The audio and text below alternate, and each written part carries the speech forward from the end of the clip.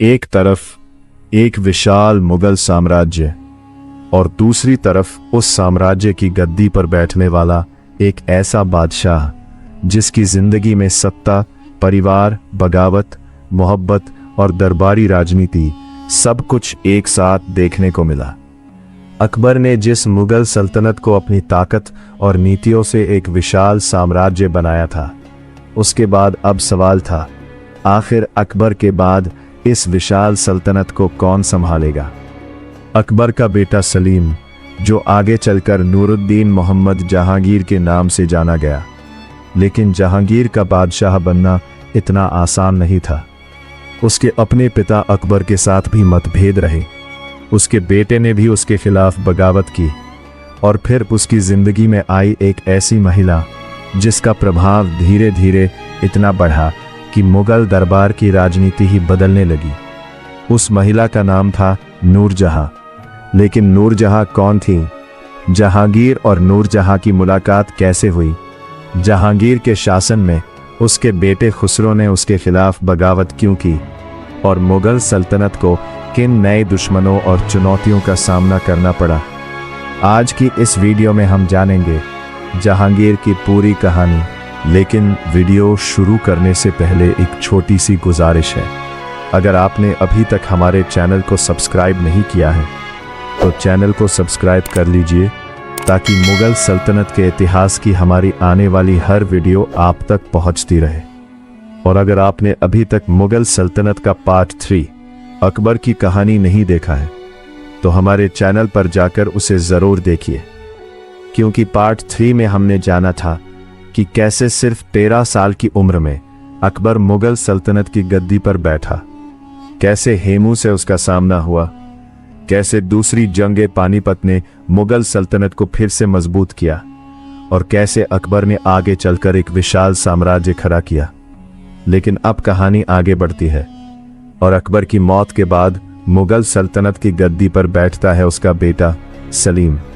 तो आइए बिना वक्त गंवाए शुरू करते हैं मुगल सल्तनत के इतिहास का चौथा अध्याय, जहांगीर। अकबर के बाद मुगल सल्तनत का नया दौर। अकबर के बाद सलीम की ताजपोशी। अकबर ने लगभग 50 वर्षों तक मुगल सल्तनत पर शासन किया, लेकिन उसके जीवन के आखिरी वर्षों में उसके बेटे सलीम के साथ संबंध अच्छे नहीं रहे। सलीम पहले ही अपने पिता से अलग होकर अपनी ताकत बनाने की कोशिश कर चुका था, लेकिन अब समय बदल चुका था। अकबर की उम्र बढ़ रही थी और मुगल सल्तनत को एक नए बादशाह की जरूरत थी। सन 1605 में अकबर की मृत्यु हो गई। इसके बाद उसका बेटा सलीम मुगल सल्तनत की गद्दी पर बैठा। सलीम ने बादशाह बनने के बाद अपना शाही नाम रखा नूरुद्दीन मोहम्मद जहांगीर। जहांगीर का मतलब था दुनिया को जीतने वाला। लेकिन बादशाह बनने के साथ ही जहांगीर के सामने कई बड़ी चुनौतियां खड़ी थी, क्योंकि एक विशाल साम्राज्य को संभालना, अपने पिता की विरासत को कायम रखना और अपने ही परिवार में पैदा हो रही राजनीतिक परेशानियों को रोकना आसान काम नहीं था।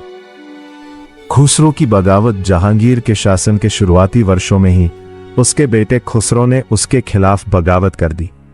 खुसरो चाहता था कि उसे सत्ता में महत्वपूर्ण स्थान मिले, लेकिन जहांगीर ने उसकी बगावत को दबा दिया। खुसरो को गिरफ्तार कर लिया गया। इस घटना ने मुगल परिवार के अंदर चल रहे सत्ता संघर्ष को और गहरा कर दिया।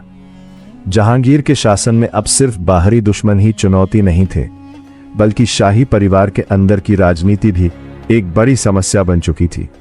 और यही राजनीति आगे चलकर मुगल सल्तनत के इतिहास को बहुत प्रभावित करने वाली थी।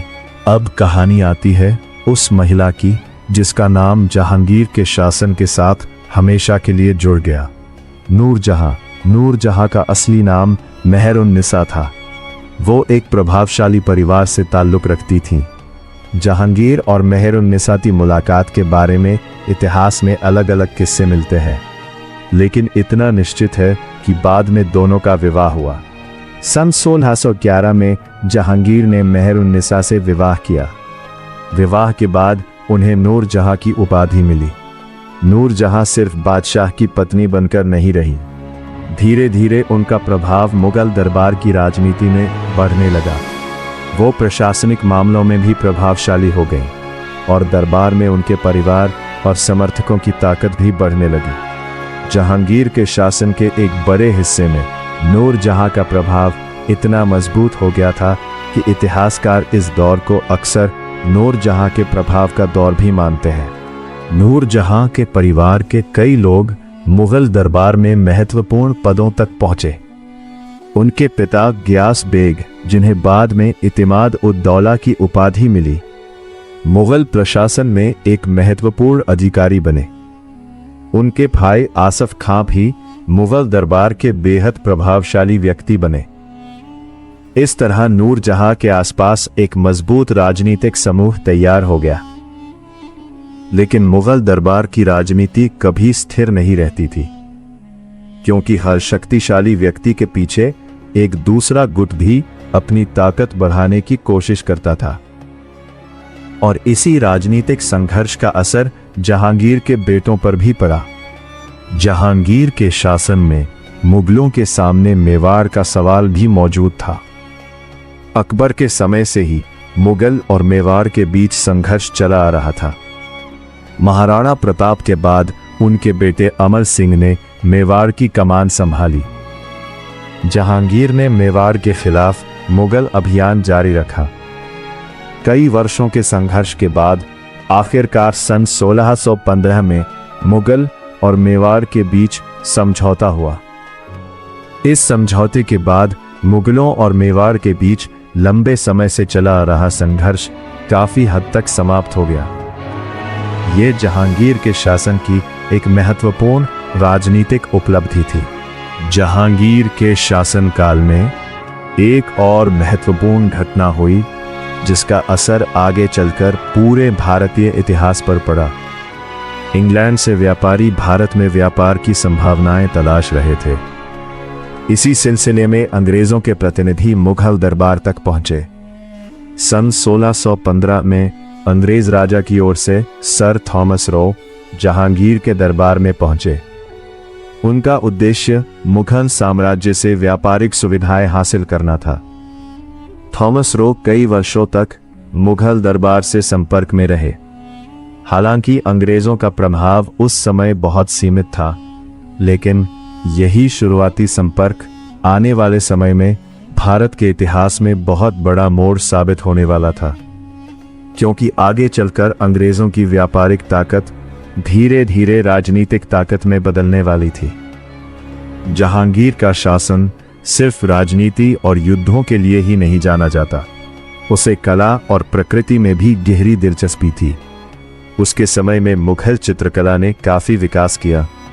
दरबार के चित्रकारों ने इंसानों, जानवरों, पक्षियों और प्राकृतिक दृश्यों की बारीक तस्वीरें बनाई।